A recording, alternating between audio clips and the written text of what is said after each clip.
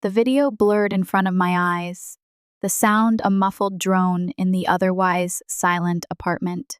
I was half there, lost in the mindless scroll, when Clara spoke. "You need to choose." The words cut through the haze. I pulled my eyes away from the screen, a laugh bubbling in my throat. "Choose what, babe?" "What flavor ice cream you want." But the smile died on my lips when I saw her face. Stone. Cold. Empty of the warmth that usually defined her. "Choose," she repeated, each syllable precise. "It's either me or your mother." My world lurched. I sat up, the phone clattering to the floor. "Clara, what the hell are you talking about?" She stood there, arms crossed, a sigh escaping her lips like she'd been holding it captive for an eternity. "Your mother is always in our marriage, Nathan. She's always hovering. I can't live like this anymore." It wasn't a fight. There was no screaming, no tears, no histrionic accusations. Just that quiet, terrifying certainty in her voice that hit me harder than any explosion ever could. I stared, the blood draining from my face, the words echoing in my head like a broken record. "Okay, rewind. Let me paint a picture so you don't think I'm just some clueless idiot. My mom, Margaret, isn't some monster-in-law. She's my mom. She raised me alone after my dad bailed when I was a kid. Just us against the world. She's warm, supportive, maybe a little over-involved, but never toxic. It's just the kind of bond you'd expect after all that." Clara? She never really clicked with Mom. I'd always chalked it up to the classic in-law dynamic, the little digs and passive-aggressive comments that everyone deals with. Clara would complain that Mom was too involved, but I never really saw it. Mom would drop off meals unannounced, her way of showing love. Clara saw it as disrespectful, like Mom thought she couldn't take care of me. I thought she was overreacting, and I told her that. But now, staring at her as she started hauling out a duffel bag, I realized it had festered. It had grown into something poisonous. "You're making me choose between you and Mom?" The words choked in my throat. "That's not fair." Her expression didn't soften, didn't even flicker. "What's not fair is that I've put up with this for years, Nathan. Your mom is a third person in this marriage." I ran a hand over my face, trying to hold on to the last threads of sanity. "What does that even mean? What exactly has she done?" She rattled off the usual complaints, the same vague accusations she'd always tossed around. Always around. Calls every day. Doesn't respect boundaries. She lives across town and visits maybe twice a month, I countered, my voice rising despite my best efforts. Moms call their kids Clara. Moms check in. That's just how things are. I never thought it was a problem. And maybe, just maybe, that's where I messed up. I didn't see how Clara viewed it, how she saw it as something bigger, more suffocating. "I don't think this is worth blowing up our marriage over," I pleaded, trying to defuse the bomb that had just detonated in our living room. "If you feel like Mom is crossing lines, we can talk about it. We can go to therapy, figure out some boundaries together." She shook her head, eyes glacial. "No, I'm done talking. I need to know that I come first, that I'm your wife, not an afterthought." Then she zipped up her duffel bag and moved towards the door. I shot to my feet, the blood roaring in my ears. "Where are you going?" "Nicole's," she said, the word flat, emotionless. Panic clawed its way up my throat, choking me. "Clara, slow down. This isn't something I can just decide overnight. You're asking me to cut someone out of my life." Her hand gripped the doorknob. "I hope you enjoy being a mama's boy forever." Then she walked out. The click of the door slamming echoed in the silence, a death knell to something I thought was unbreakable. I stood there for what felt like an eternity, staring at the empty space where she had just been, the air thick with unspoken words and broken promises. I didn't sleep that night. I just lay there, staring at the ceiling, my mind a runaway train careening down a broken track. Was I wrong? Was Mom actually overstepping? Had I been blind to something this whole time? I replayed every interaction between Clara and Mom, searching for moments I might have dismissed, red flags I had ignored. But the truth was, Mom had never been cruel to Clara. Not once. She'd always been polite, even when Clara was cold, even when she offered backhanded comments. So why the ultimatum? Why now? The next morning, I sent Clara a text. We need to talk. I can't make this decision overnight. I expected a fight, an argument, at least some back and forth messages. Instead, I got one text in reply. When you're ready to choose, let me know. That was it. No, I love you. No, let's work on this. Just that cold, clinical ultimatum. As if our entire marriage had been reduced to a goddamn game. And now, I'm sitting here, staring at my phone, wondering what the hell I'm supposed to do. I love my wife. I married her because I wanted a future with her. But I can't just cut my mom out of my life. It feels like I'm being punished for something I don't understand. And the worst part is, I'm not even sure if I want to fight for this marriage anymore. Because what kind of person walks out over something like this? What kind of person forces someone to choose, like it's some sick game? I haven't told Mom. How do you even say it? Hey Mom, my wife thinks you're the devil and is making me pick between you two. Just the thought made me want to crawl into a hole. But at the same time, I keep wondering, if I cave now, what's next? Will I have to keep proving I put Clara first, over and over again? Will there always be a new demand? A new sacrifice? Is this the hill my marriage is going to die on? And deep down, I can't shake the feeling that this was never really about Mom. That maybe Clara just wanted an excuse to leave. Days bled into each other, each one a gray, shapeless mass. Since Clara walked out, I've been lost in this fog, like nothing around me is real. I try to keep busy with work, but every stray thought leads me back to that night, to the way Clara packed her bag like she'd already made up her mind, the way she walked out without hesitation. It didn't feel like someone making a desperate plea for change. It felt planned.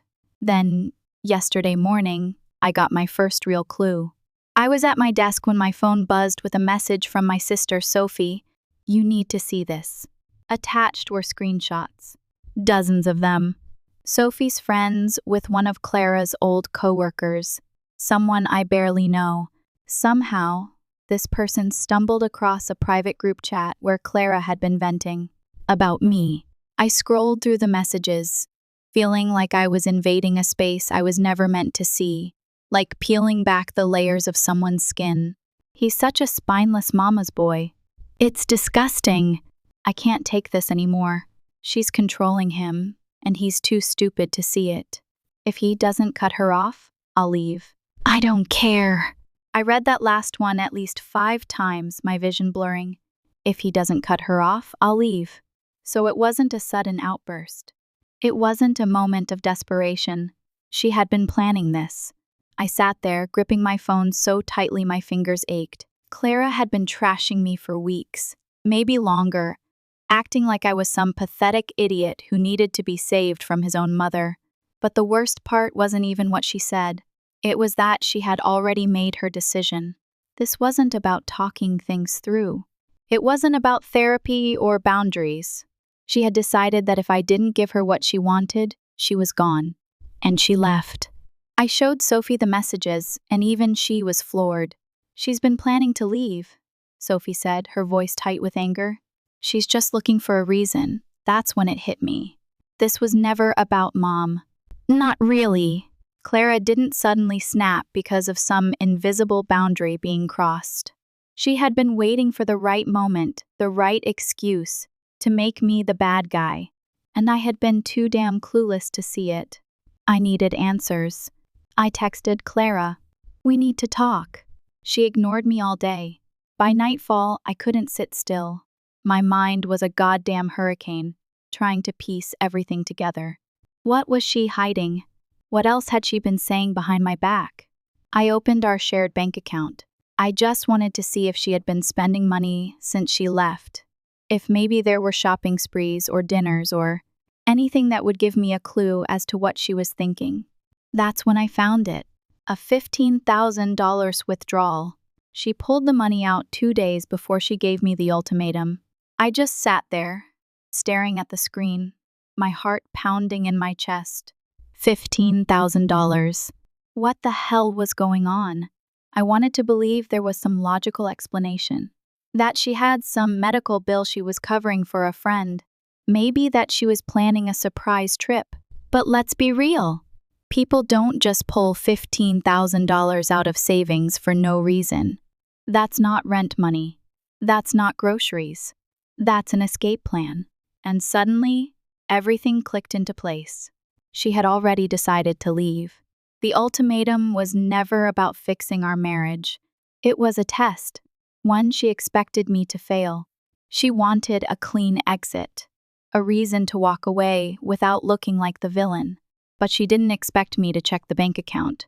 She didn't expect me to put the pieces together. She didn't expect me to figure out that she was a damn thief. I didn't sleep again that night. I lay awake, staring at the ceiling, feeling like my entire life had been a lie. The house was silent and still, but in my mind the world was shattering. The next morning, I called her. She picked up on the third ring, her voice cold and detached. "What do you want, Nathan? You took $15,000 out of our savings," I said, the words clipped and hard. "Why?" Her response sent a chill down my spine. Because I needed it. No hesitation. No guilt. Just that cold, unwavering conviction. "I gave you no ultimatum. Told you I needed you left without telling me anything? And now I find out you're stealing our money?" I demanded, my voice rising. She sighed, like I was exhausting her. "I can't deal with you and your mom anymore, Nathan. I needed a break, and I needed some money to sort myself out."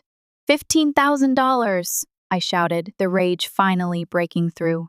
"You don't just walk out and empty our account without telling me. That's insane." She didn't apologize. She didn't explain.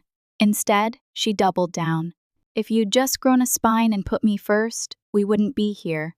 You and your mom created this mess, Nathan, not me." I swear to God, I almost threw my phone through the wall. Her words felt like gaslighting, like she was trying to convince me this was all my fault, that I had pushed her into doing this. After we hung up, I sat in silence, my thoughts a hurricane of confusion and anger. Then I did something I had been avoiding. I called my mom. She answered cheerfully, completely unaware of what was happening. "Hey, sweetie, how's everything going?" And suddenly, I felt this overwhelming wave of guilt. How do you even start that conversation? How do you tell your mother that your wife thinks she's the villain in your marriage, that she left because of her?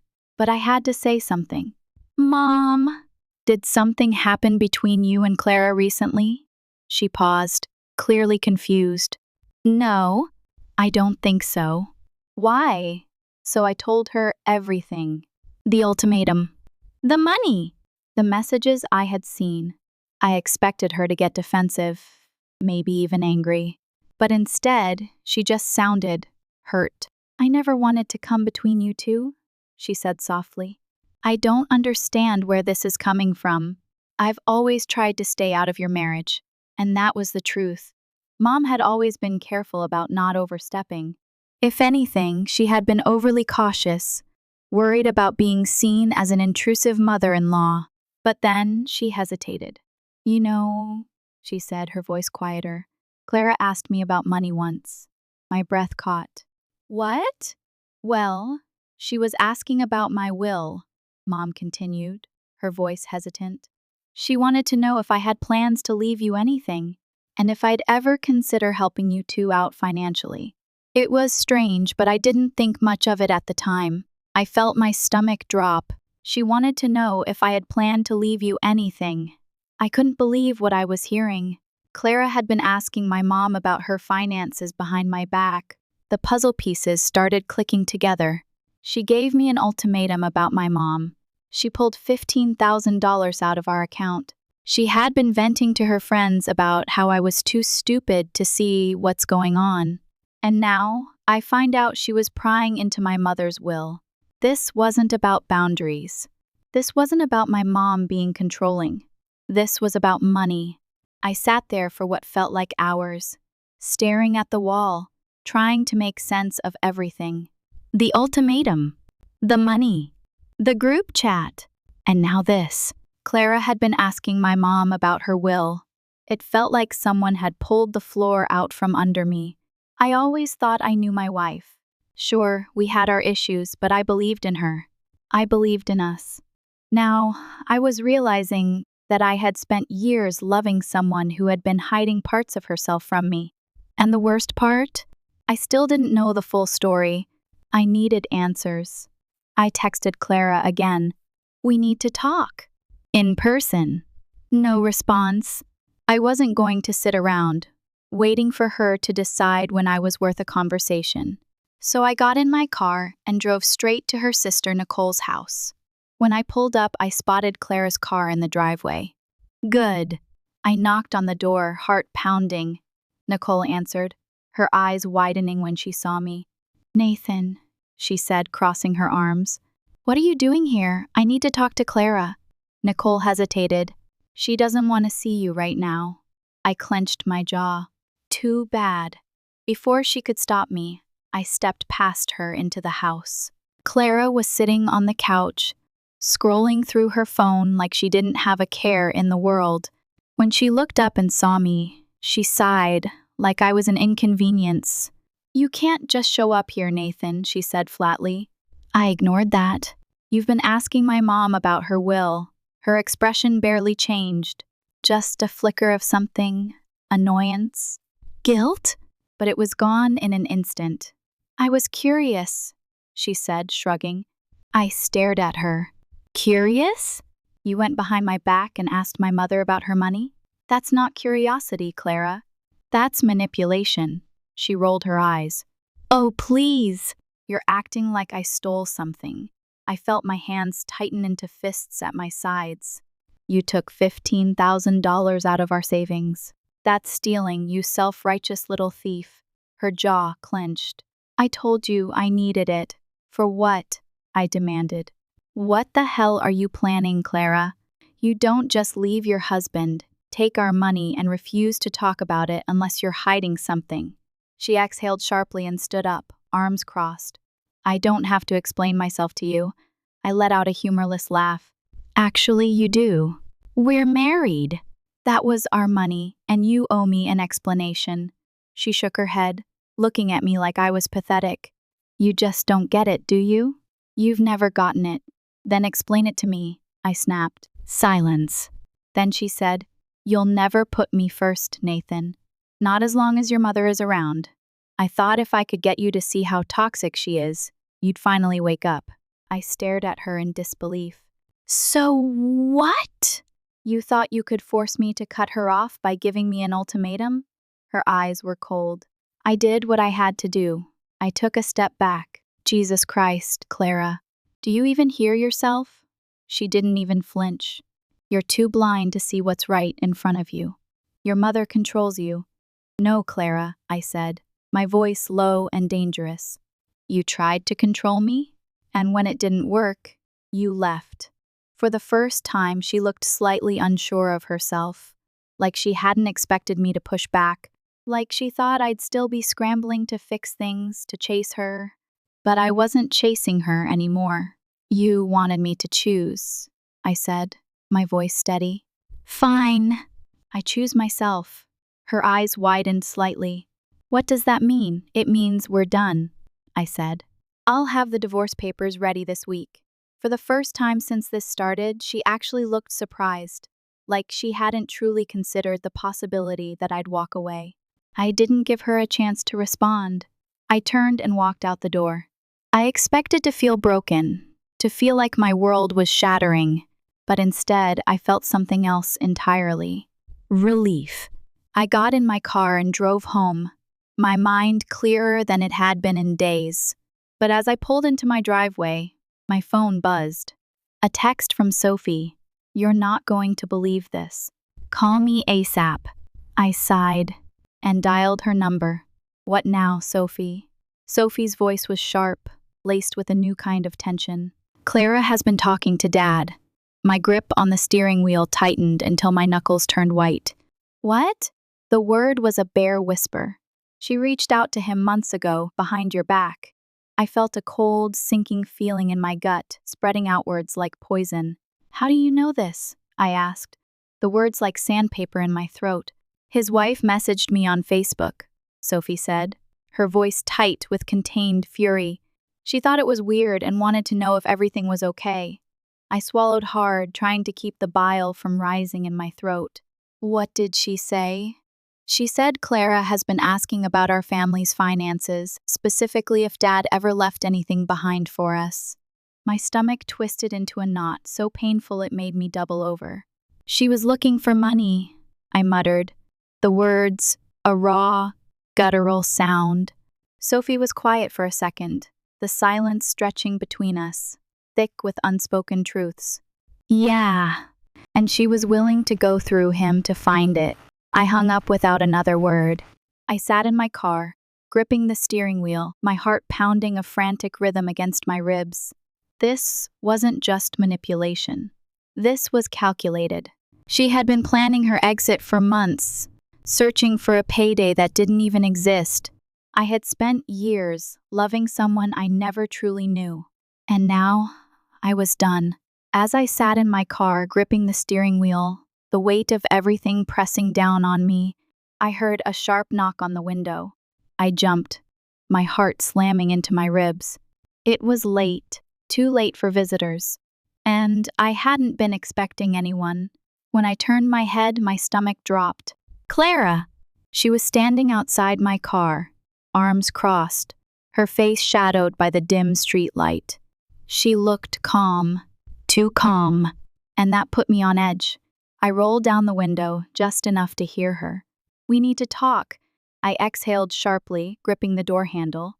There's nothing left to say, she smirked, a flash of white teeth in the darkness. You sure about that, Nathan? I hesitated. Something about her tone sent a prickle of unease down my spine. The air itself felt charged.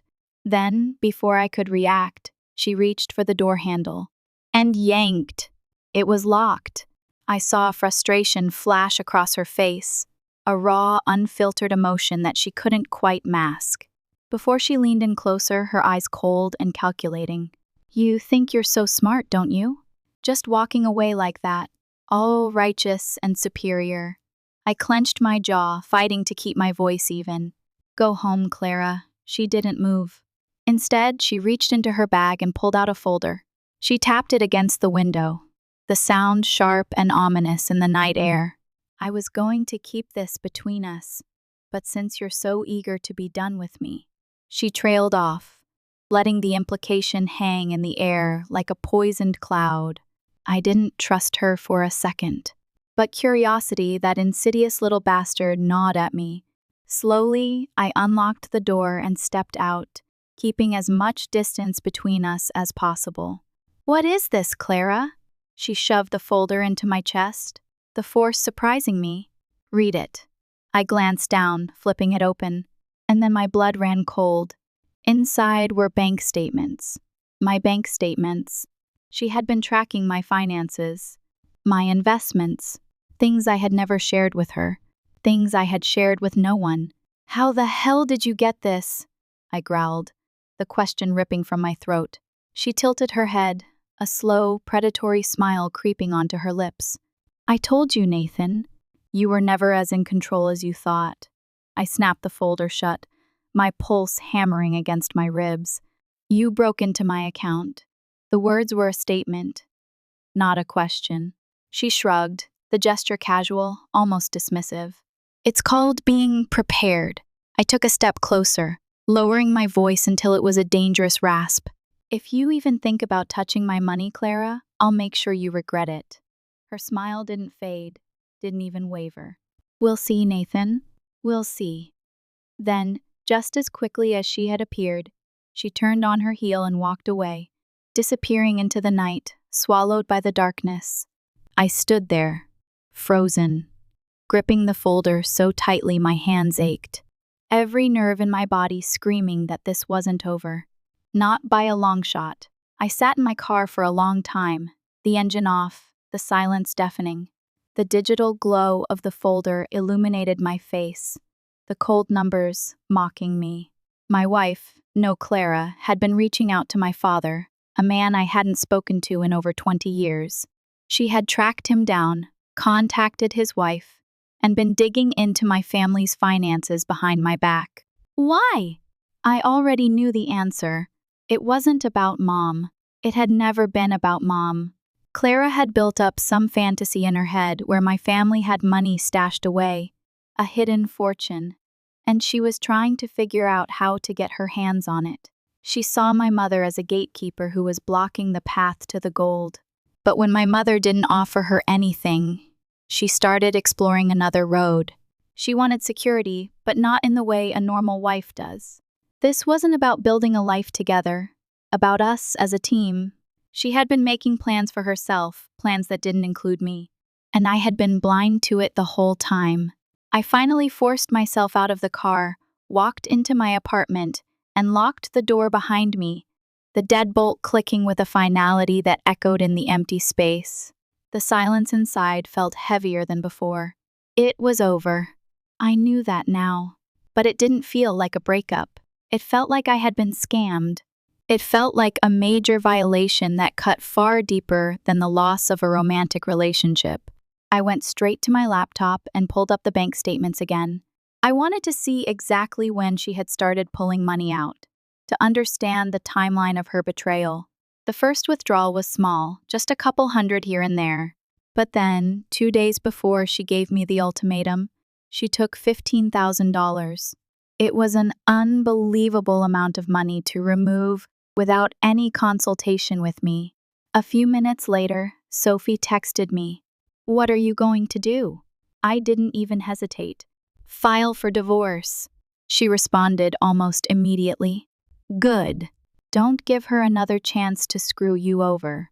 I spent the rest of the night going through everything. Old messages, emails, financial records, trying to see if there was anything else I had missed, any other clues I had ignored.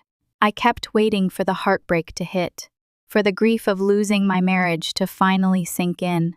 But it never did, because now I saw it clearly. I wasn't losing my wife. I was losing someone who had been playing a long game and got caught before she could cash out. The next day, I went to a lawyer. I walked into the sterile, impersonal office, sat down in the uncomfortable chair, and laid it all out. The money, the messages, the way she had walked out with no warning. The lawyer listened, nodding along, his expression unreadable. When I finished, he sighed and leaned back in his chair, steepling his fingers in front of him. "She took that money before she left?" he asked, his voice calm, professional. I nodded. He shook his head slowly. "That's going to work against her, Mr. Peterson, especially if she tries to come after you for anything else." "Can I get it back?" I asked, the hope flickering in my chest, fragile and tentative. He hesitated. "Legally? Probably not all of it. It was a joint account, and she could argue that she needed it for living expenses. But we can make sure she doesn't take another dime." That was enough for me. I signed the paperwork right then and there, my signature a defiant act, a line drawn in the sand. When I got back to my apartment, I saw a missed call from Clara, the first one since she left. I stared at it for a long moment, the phone vibrating in my hand, a live wire crackling with unspoken anger. Then she sent a text. "We need to talk." I let out a bitter laugh, the sound echoing in the empty apartment. Of course, now she wanted to talk. I didn't respond right away. I let her sit with the silence for a while, let the anticipation gnaw at her. Then finally, I texted back, "I'll bring the divorce papers." Not even a minute later, she called again. This time, I answered. "What the hell, Nathan?" she snapped the second I picked up. "You filing for divorce?" "You gave me an ultimatum, Clara," I said calmly, the calmness a carefully constructed facade. "You made your choice. she scoffed. I didn't mean for it to go this far, Nathan. I thought you would fight for me. Yeah, well, you shouldn't have taken $15,000 if you didn't want it to, I replied, allowing a hint of anger to seep into my words. There was silence on the other end, a pregnant pause that stretched on for too long. Finally, she sighed, the sound weary, defeated. Can we just meet in person, please? I have things I need to say. I considered saying no, refusing to give her the satisfaction of a face-to-face confrontation. I didn't owe her anything. But a part of me, a foolish, stubborn, naive part, still wanted to look her in the eye and hear her admit to everything. To understand, if it was at all possible, how she could have done this. Fine, I said, the word tight, grudging. One last conversation. We agreed to meet at a coffee shop the next morning, a neutral territory for a battle that had already been lost. When I walked in, she was already there, sitting at a table by the window, looking effortlessly put together, like she hadn't just torched our marriage, like she hadn't stolen from me, like she hadn't betrayed me in ways I couldn't even begin to comprehend. She gave me a small, tight smile, a ghost of the warmth I used to know. Hey, Nathan. I sat down across from her, the silence thick with unspoken accusations. I slid the divorce papers onto the table, the crisp legal documents a stark contrast to the delicate china cups and the sweet smell of coffee. Sign them, Clara. Her eyes flicked to the papers, then back to me, a flicker of something I couldn't quite decipher. Regret? Fear? More likely, disappointment that she was losing control. Nathan, come on. You don't really want to do this. I let out a hollow laugh, the sound devoid of any amusement. You stole from me. You lied to me. You tried to manipulate me into cutting off my mother. And when that didn't work, you walked out. You made it pretty damn easy to want this, Clara. She didn't say anything for a long moment, her expression carefully blank. Then she leaned back in her chair, crossing her arms, adopting a defensive posture. I was looking out for myself, Nathan. Yeah, I said bitterly, the words dripping with sarcasm. I figured that out. Her lips pressed into a thin line, a sign of irritation I had come to recognize all too well. You wouldn't understand. Try me, Clara, I challenged, leaning forward, my voice low and dangerous. She exhaled sharply, the sound a frustrated hiss. I wanted security, Nathan. I wanted to know that if something happened, we'd be okay. But I could never count on you to make the right decisions because you let your mother run your life. I clenched my fists under the table, fighting to control the rage that threatened to consume me.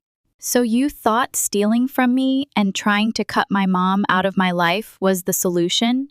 She didn't even flinch, her gaze unwavering. I did what I had to do. Sometimes people do the wrong thing for the right reason. It doesn't mean that they are bad people for doing it. I shook my head, disgusted. No, Clara, you did what was best for you. And when you realized my mom wasn't handing you money, you started looking for it somewhere else. That's why you went to my dad, isn't it? That got a reaction. Her eyes widened, just slightly, just enough for me to know I was right. A tiny tear rolled down her cheek, but I knew it was crocodile tears. I don't know what you're talking about, she said too quickly, her voice strained. I leaned forward, pressing my advantage. I know you contacted him, Clara. I know you asked about family money. What the hell were you hoping to find? It was all for the money, right? If you couldn't find it with my mother, maybe he would have left me something in his will. She didn't answer, her silence a damning admission. I scoffed, the sound bitter and hollow. Yeah, that's what I thought.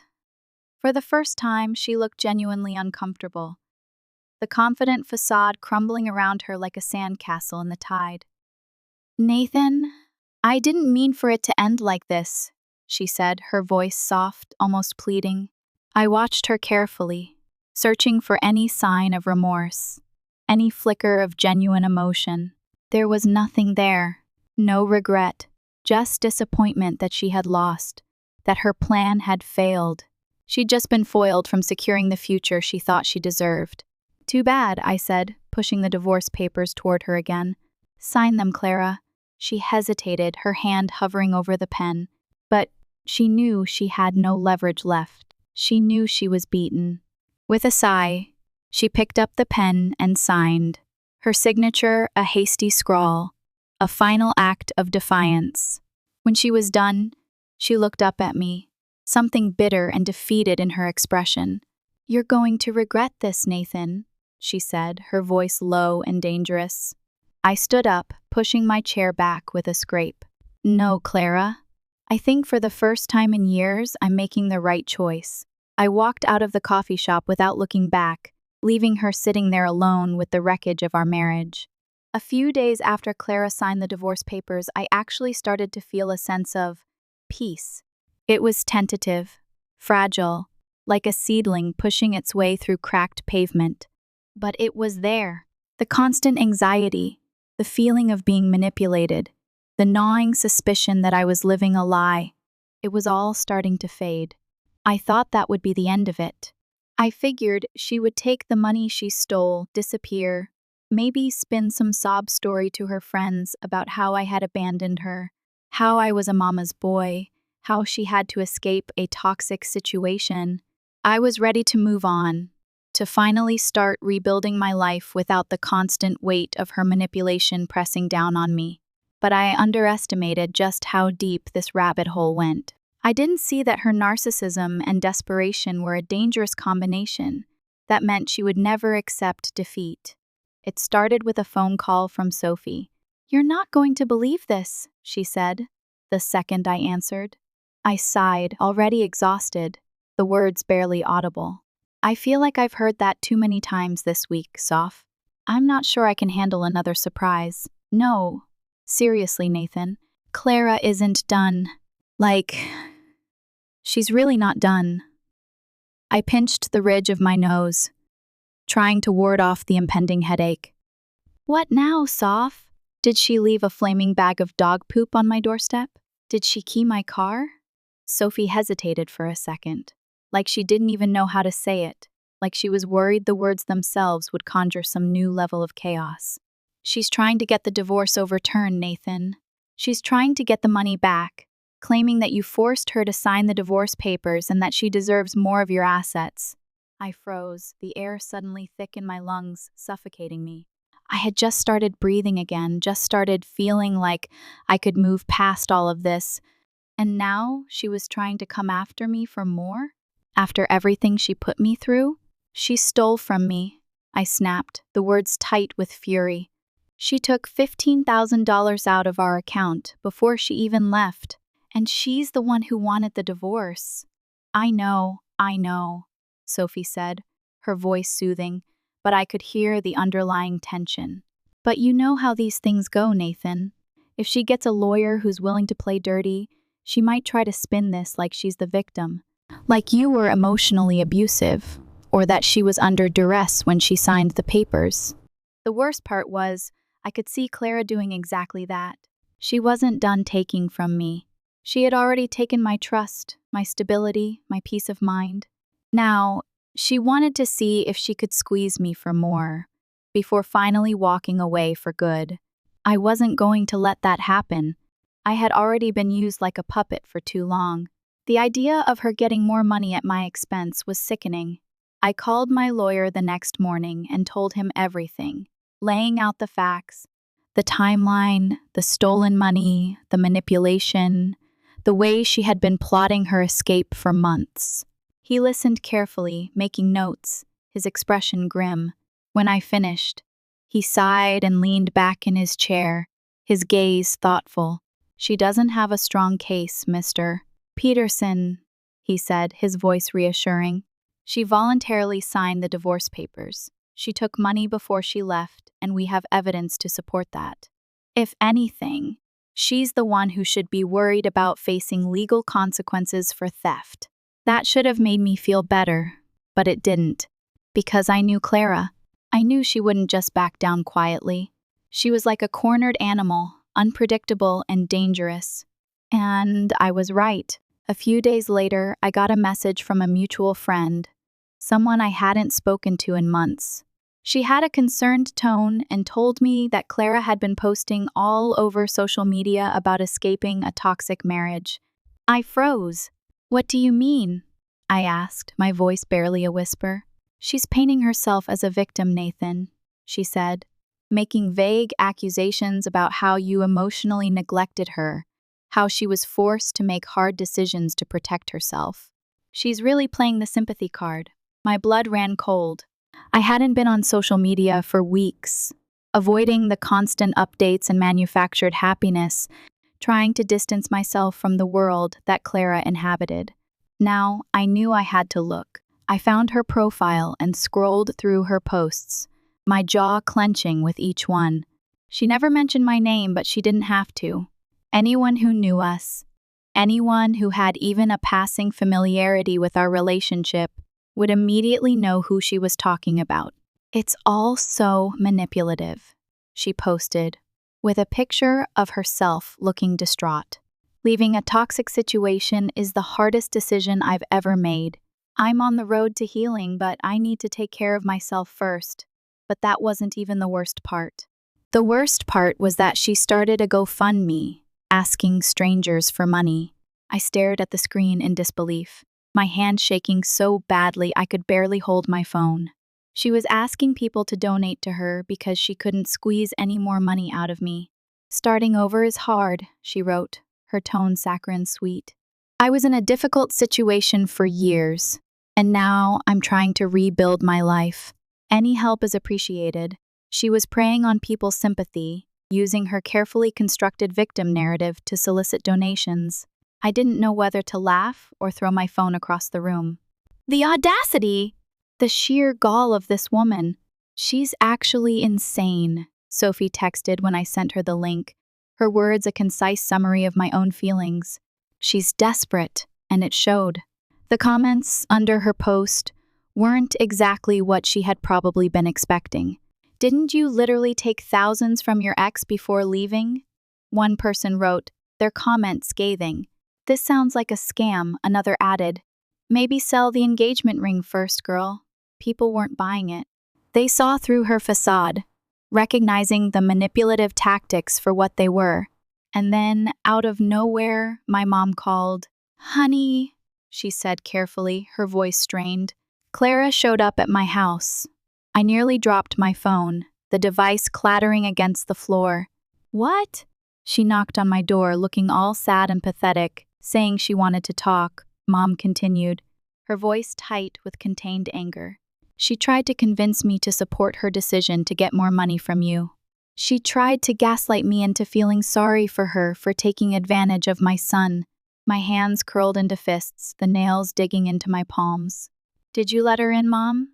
I asked, my voice barely controlled.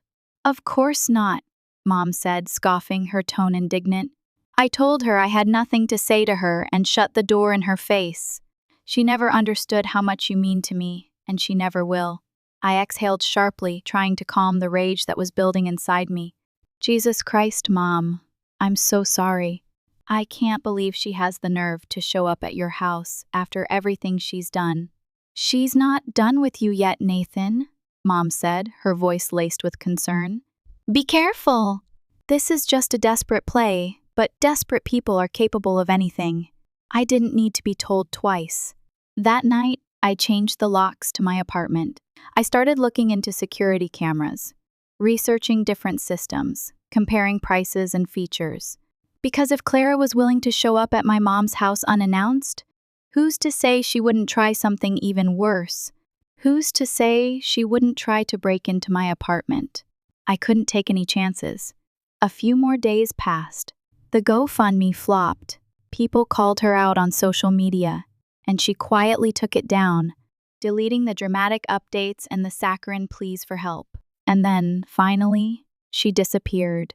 No more texts, no more phone calls, no more surprise visits, no more veiled accusations on social media, just silence. It was unsettling. After weeks of constant drama, of feeling like I was living in a perpetual state of crisis, the sudden quiet felt wrong.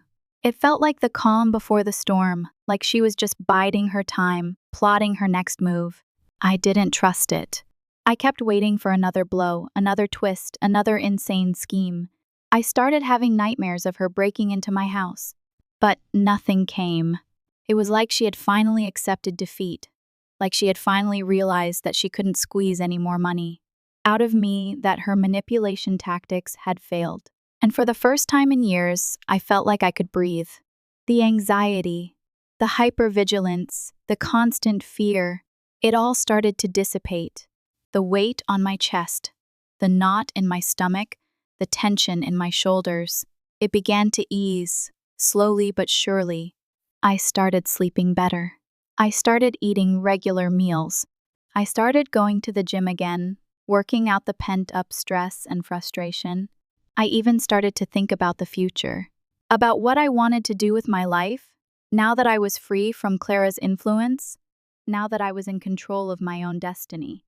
I started going out with friends again. I spent more time with my mom, helping her with things around the house, listening to her stories, enjoying her company without the constant fear of triggering some argument with Clara. I even considered dating again, though the thought terrified me. After what I had been through with Clara, the idea of trusting someone again, of opening myself up to the possibility of heartbreak, was daunting. But I knew I couldn't let her ruin me, couldn't let her steal my ability to love and trust. I refused to let her win.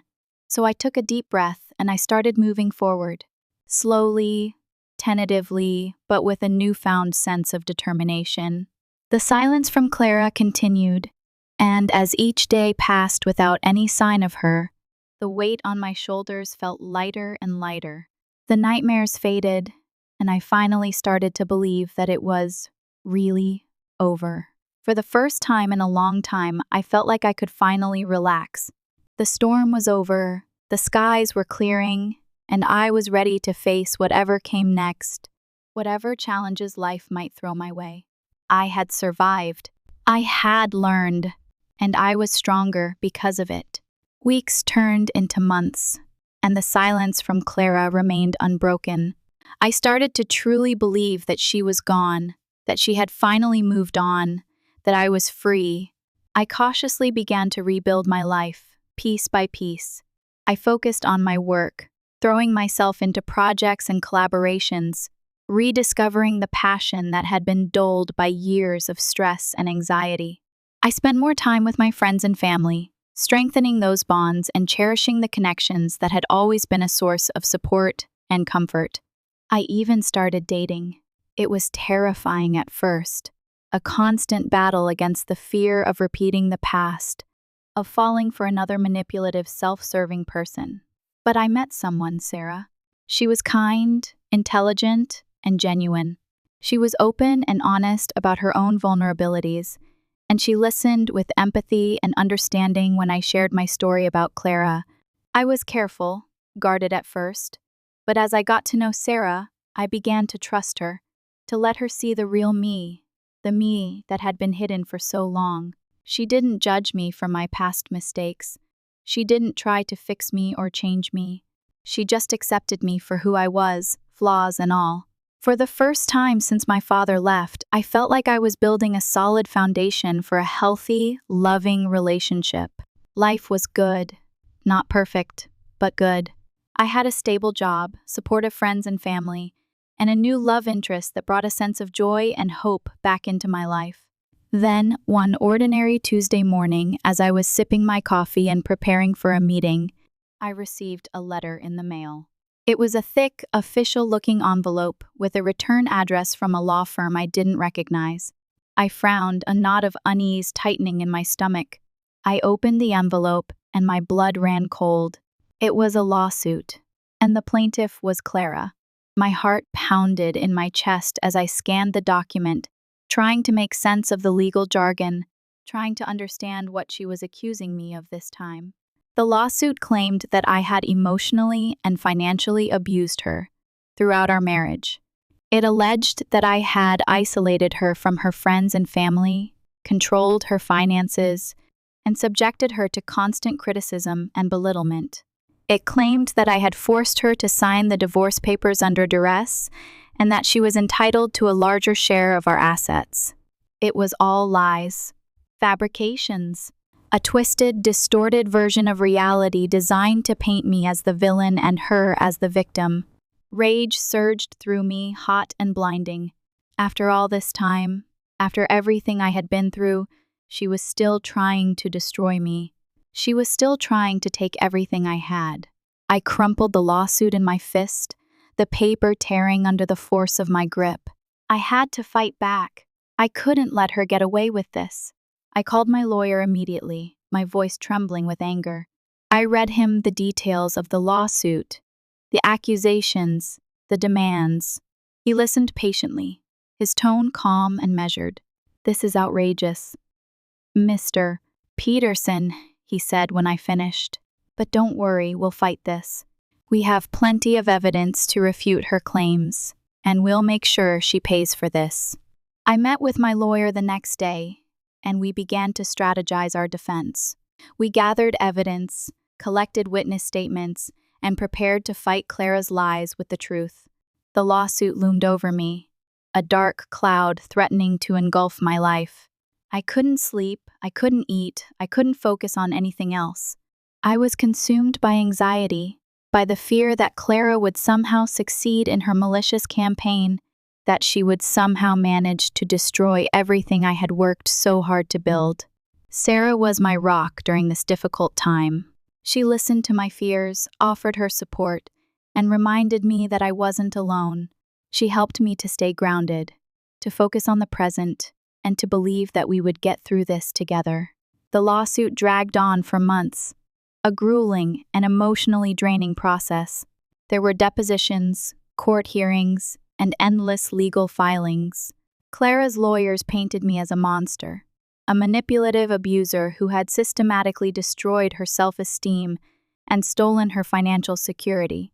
I had to relive the details of our marriage, the good times and the bad, the moments of joy and the moments of pain.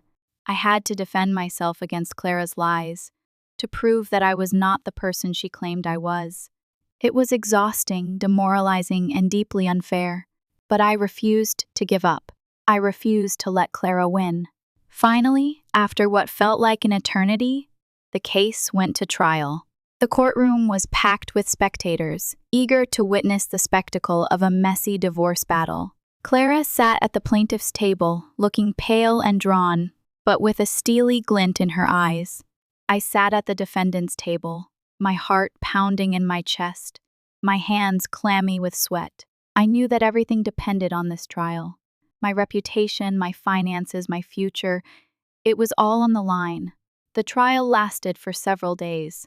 Clara testified, painting herself as a victim, recounting her version of our marriage, filled with lies and distortions. I testified, telling the truth, sharing my story, exposing Clara's manipulation and deceit. The witnesses testified, friends and family members who had seen us together, who knew the truth about our relationship. They spoke of Clara's controlling behavior, her self-serving nature, her obsession with money. They contradicted her claims of abuse and isolation, and they affirmed my character and integrity. My lawyer presented the evidence, the bank statements, the messages, the witness statements, all of which supported my version of events and undermined Clara's claims. Finally, after days of testimony and legal arguments, the jury began their deliberations. The waiting was agonizing, each minute stretching into an eternity. I sat in the courtroom, staring blankly ahead, my mind racing, my heart pounding. Hours passed. The courtroom grew silent, the tension palpable. Then, finally, the jury reached a verdict. The jury foreman stood up, his face grave, and read the verdict aloud. We, the jury, find in favor of the defendant, Nathan Peterson, on all counts. A wave of relief washed over me, so powerful it almost knocked me off my feet.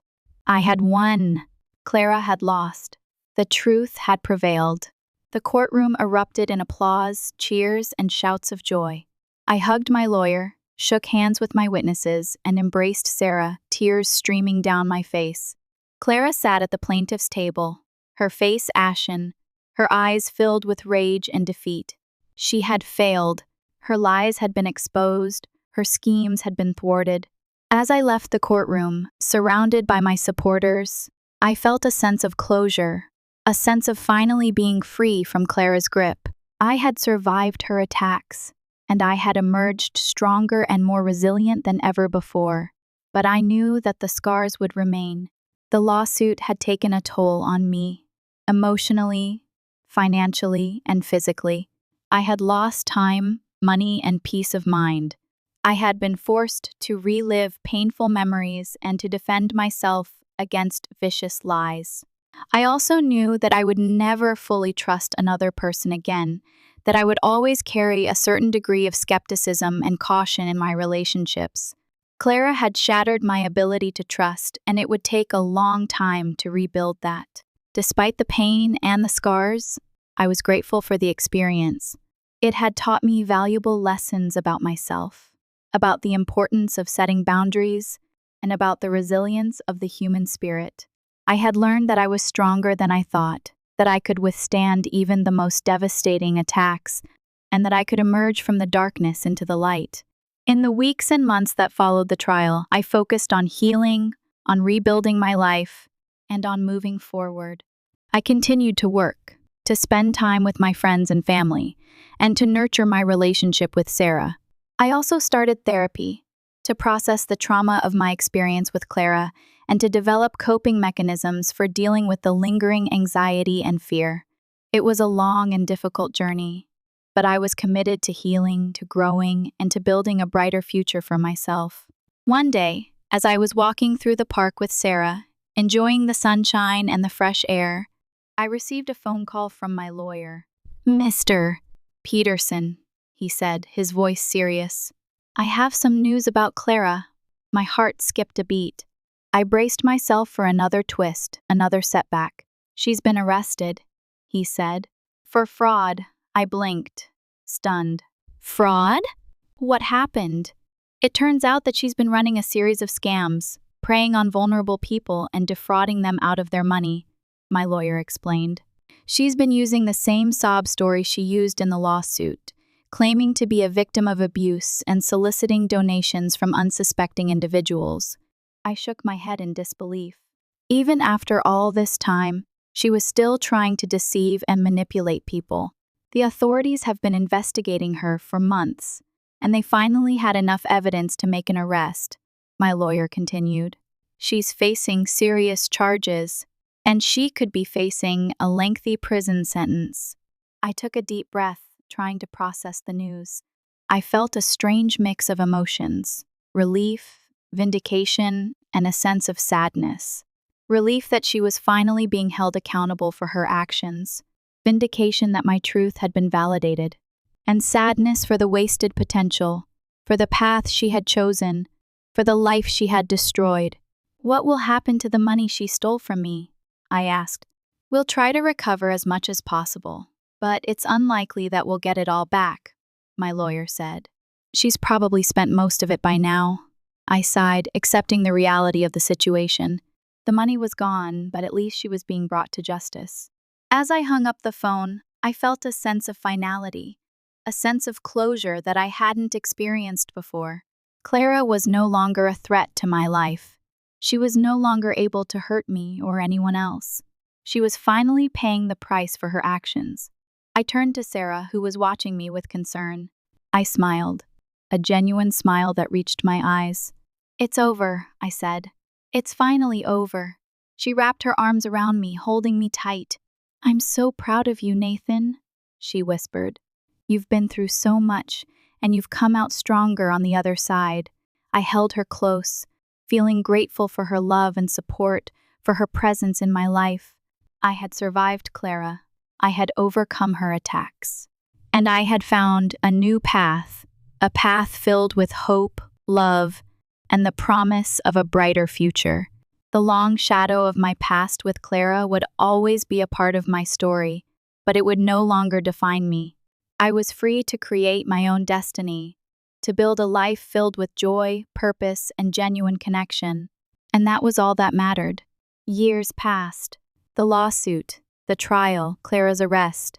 They became a distant memory, a chapter in my life that I could look back on with a mixture of sadness and a strange sense of accomplishment. Sadness for the pain and suffering I had endured, but accomplishment for the strength and resilience I had discovered within myself. Life with Sarah blossomed. Our relationship deepened, our love grew stronger, and we built a life together filled with laughter, adventure, and unwavering support. We bought a house in the suburbs, adopted a dog, and started planning for the future. The thought of marriage still made me nervous, a lingering echo of the betrayal I had experienced with Clara. But Sarah was patient and understanding. She knew my fears, and she respected my need to take things slow. One sunny afternoon, as we were hiking in the mountains, surrounded by breathtaking views, I knew it was time. I knelt down on one knee, pulled out a ring, and asked Sarah to marry me.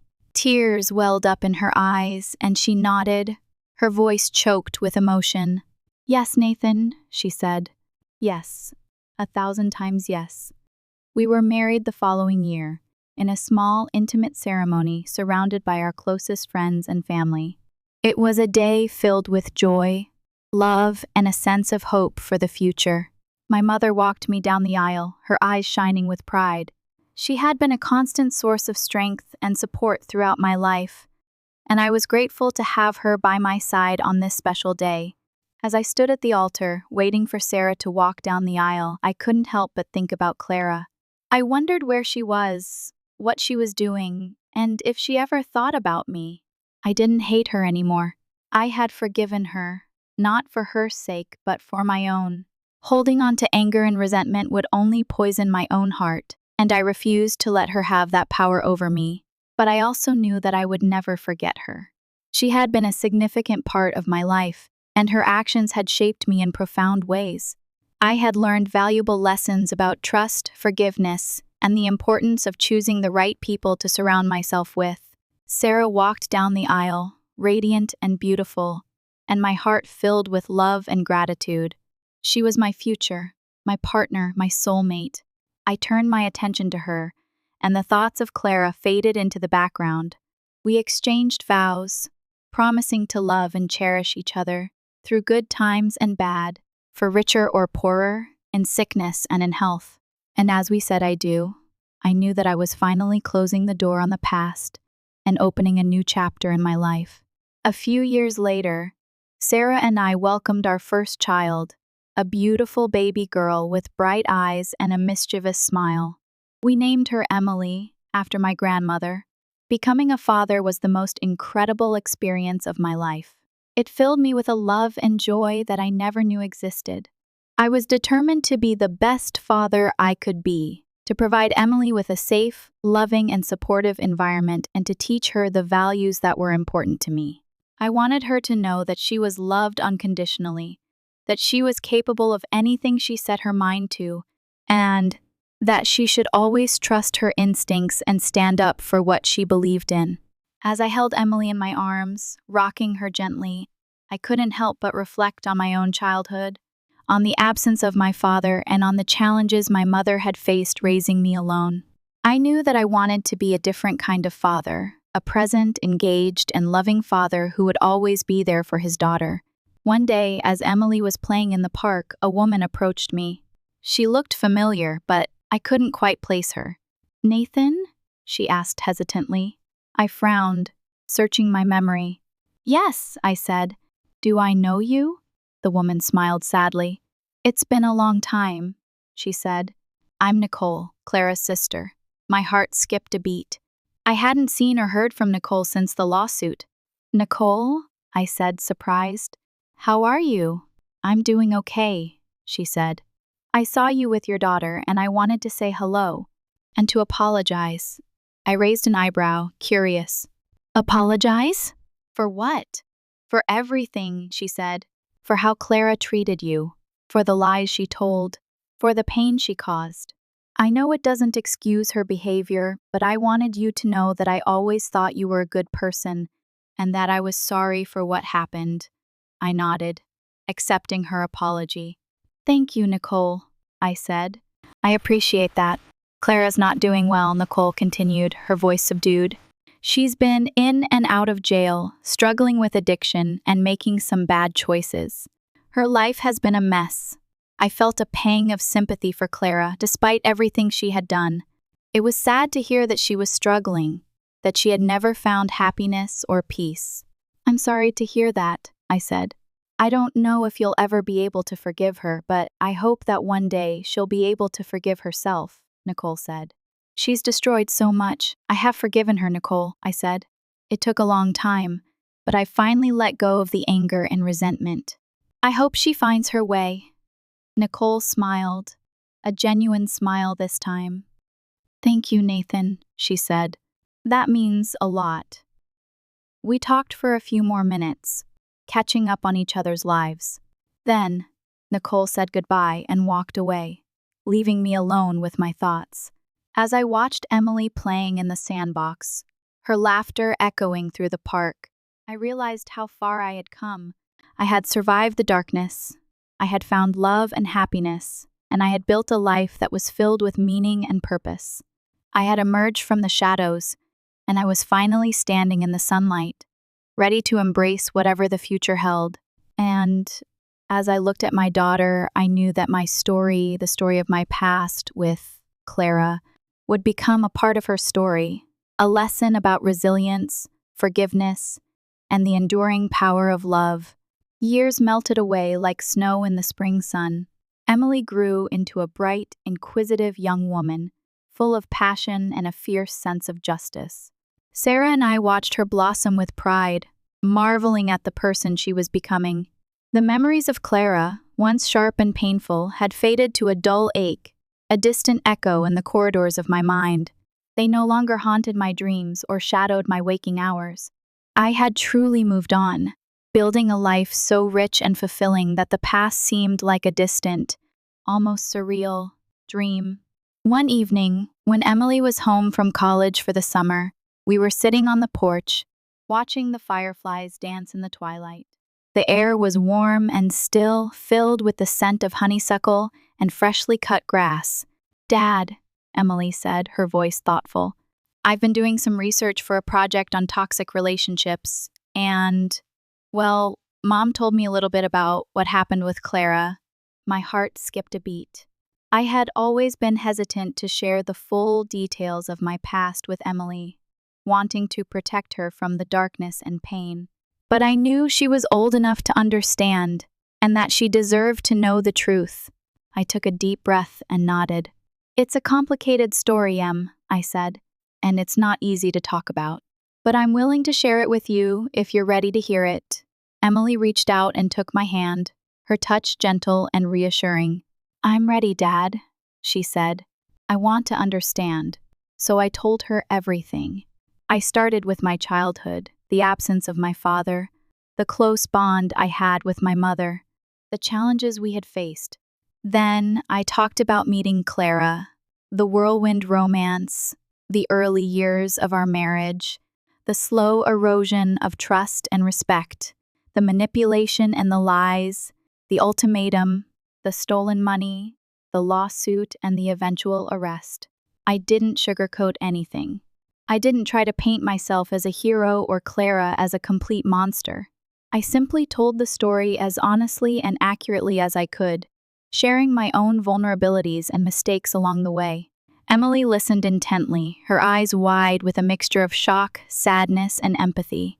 She didn't interrupt, she didn't judge, she simply listened, absorbing every word. When I finished, the silence stretched between us, broken only by the chirping of crickets and the distant hooting of an owl. Wow, Dad, Emily said finally, her voice soft. That's a lot to take in. I had no idea you went through all of that. I shrugged. It was a long time ago, Em, I said, and I've moved on. But it's a part of my story, and it's shaped who I am today. I'm so sorry you had to go through that, Dad, Emily said, squeezing my hand. It sounds like it was incredibly painful and difficult. It was, I admitted. but I learned a lot from it. I learned about the importance of setting boundaries, of trusting my instincts, and of surrounding myself with people who are kind, honest, and supportive. "And you found Mom," Emily said, smiling. "That's the best part of the story." I smiled back, my heart swelling with love for my daughter and gratitude for my wife. "Yes, I did," I said. "Finding your mom was the best thing that ever happened to me." "So, what did you learn from it all?" Emily asked, her voice curious. "What advice would you give to someone who's in a toxic relationship?" I thought for a moment, considering the question carefully. "First," I said, "I would tell them to trust their gut. If something feels wrong, it probably is. Don't ignore the red flags. Don't try to rationalize the bad behavior. Don't make excuses for the person who's hurting you. Listen to your intuition and get out as soon as you can." Second, I continued, I would tell them to set boundaries. Be clear about what you're willing to accept and what you're not. And don't be afraid to enforce those boundaries, even if it means ending the relationship. Third, I said I would tell them to seek support. Talk to friends, family, a therapist, anyone who can offer a listening ear and a safe space to process what you're going through. Don't try to go it alone. It's too difficult, and you need someone to help you see things clearly. And finally, I said, I would tell them to forgive themselves. It's easy to blame yourself for staying in a toxic relationship, to feel like you should have known better, to beat yourself up for the mistakes you made. But it's important to remember that it's not your fault. You were manipulated, you were lied to, you were abused. Forgive yourself for not seeing it sooner, and focus on healing and moving forward. Emily nodded, her eyes shining with understanding. That's really good advice, Dad, she said. Thank you for sharing your story with me.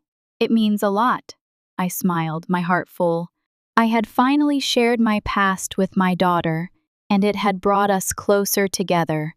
I had taken the darkness and pain of my experience with Clara and turned it into a lesson, a gift that I could pass on to the next generation. And as I looked at Emily, I knew that she would carry that lesson with her, that she would use it to protect herself, to make wise choices, and to build healthy, loving relationships. The fireflies continued to dance in the twilight, their tiny lights flickering like beacons of hope in the darkness. And I knew that even though the shadows of the past would always be a part of my story, the future was bright, filled with the promise of love, laughter, and enduring connection. The story that began with an ultimatum had finally reached its peaceful and satisfying conclusion, a testament to the resilience of the human spirit and the enduring power of love. Life continued its gentle, predictable rhythm. Sarah and I reveled in the joys of parenthood, watching Emily navigate the challenges and triumphs of adulthood. We celebrated her graduation from college, her first job, her budding career, her growing independence. The years marched on, and I found myself reflecting on the journey, the winding path that had led me to this point. The pain of the past had faded, replaced by a sense of gratitude for the present and hope for the future. One crisp autumn morning, as I was sipping my coffee and reading the newspaper, I noticed a small article tucked away on the back page. It was a brief obituary, announcing the death of a woman named Clara. My heart skipped a beat. I stared at the name, the letters blurring before my eyes. It had been years since I had thought about her, but the memories came flooding back, a torrent of emotions washing over me. Sadness, regret, pity, forgiveness. They all swirled together, a complex and confusing mix. I read the obituary carefully, searching for more details. It mentioned that she had struggled with addiction and mental health issues for many years, and that she had died alone in a small apartment on the other side of the city. There were no surviving family members listed, no mention of friends or loved ones, just a brief, impersonal announcement of her passing. I felt a pang of sorrow for the woman she had been, and for the woman she could have been. She had made so many wrong choices, had caused so much pain, and had ultimately destroyed her own life. I shared the news with Sarah, who listened with her usual empathy and understanding. "That's so sad, Nathan," she said, her voice gentle. "She never found peace, did she?" I shook my head. "No," I said. "I don't think she ever did." Later that day, I found myself thinking about Emily and about the importance of sharing our stories, of passing on the lessons we've learned, of helping others to navigate the challenges of life. I realized that I had a responsibility to share my story with the world, to use my experience to help others who might be struggling with toxic relationships, with manipulation and abuse, with the pain of betrayal. So I decided to write a book. I started slowly, tentatively, writing in the evenings after work, pouring my heart and soul onto the page. I wrote about my childhood, my relationship with my mother, my marriage to Clara, the lawsuit, the trial, and the long journey to healing and forgiveness. I wrote about the lessons I had learned, the mistakes I had made, and the strength I had found within myself. I wrote about Sarah and about the transformative power of love. And I wrote about Emily and about the hope for the future. It took me years to complete the book, but finally, it was finished. I found a publisher who believed in my story, and the book was released to the world. It was a success. People connected with my story, with the honesty and vulnerability, with the message of hope and resilience. I received letters and emails from people all over the world, thanking me for sharing my story, telling me how it had helped them to heal, to find strength, and to move forward with their lives. I did book signings and speaking engagements, sharing my message with audiences large and small. I became an advocate for victims of toxic relationships, a voice for those who had been silenced.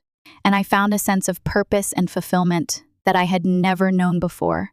One afternoon, as I was signing books at a local bookstore, a woman approached me. She looked familiar, but I couldn't quite place her. "Nathan?" she asked hesitantly. I looked up, searching my memory. "Yes," I said. "Do I know you?" The woman smiled sadly. "It's been a long time," she said. "I'm Nicole." My heart skipped a beat. It had been years since I had seen or heard from Nicole, but I recognized her immediately. "Nicole," I said, surprised. "It's good to see you." "I read your book, Nathan," she said. It was powerful and honest. "Thank you for sharing your story." I nodded, touched by her words. "Thank you for reading it, Nicole," I said. "It means a lot. I wanted to tell you that Clara would have been proud of you," Nicole continued, her voice trembling. "She always knew you had a good heart, even though she couldn't see it herself." Tears welled up in my eyes. It was a strange thing to hear, but it meant more to me than I could say. "Thank you, Nicole," I said, my voice choked with emotion. "That means the world to me." We talked for a few more minutes, catching up on each other's lives. Then Nicole smiled, a genuine smile this time, and said goodbye. As I watched her walk away, I felt a sense of completion, a sense of closure that I hadn't experienced before. The circle had finally closed. The story that had begun with an ultimatum, with pain and betrayal, had ended with forgiveness, healing, and the enduring power of love. And as I continued to sign books, to share my story with the world, I knew that Clara's memory would live on, not as a symbol of darkness and pain, but as a reminder of the resilience of the human spirit and the capacity for hope, even in the face of the most devastating challenges. Years turned into decades. Sarah and I grew old together, our love deepening with each passing year. Emily became a successful writer, following in her father's footsteps, using her words to inspire and empower others. My book continued to resonate with readers, its message of hope and resilience touching countless lives. I received awards and accolades, but the greatest reward was the knowledge that my story had made a difference in the world. I continued to speak and write, sharing my experiences and advocating for victims of toxic relationships. I became a mentor to young people, helping them to navigate the challenges of life and to build healthy, loving relationships. One sunny afternoon, as I was sitting on the porch of our old house, Watching Emily's children play in the yard, I felt a profound sense of peace and contentment. I had lived a long and full life, filled with both joy and sorrow, with triumph and tragedy.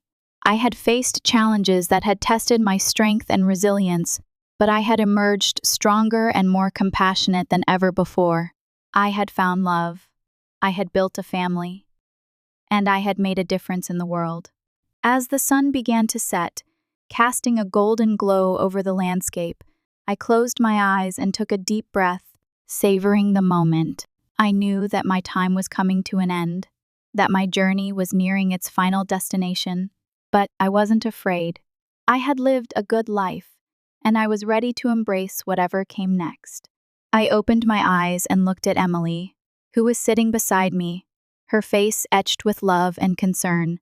"I'm so proud of you, Dad," she said, her voice choked with emotion. "You've inspired me in so many ways."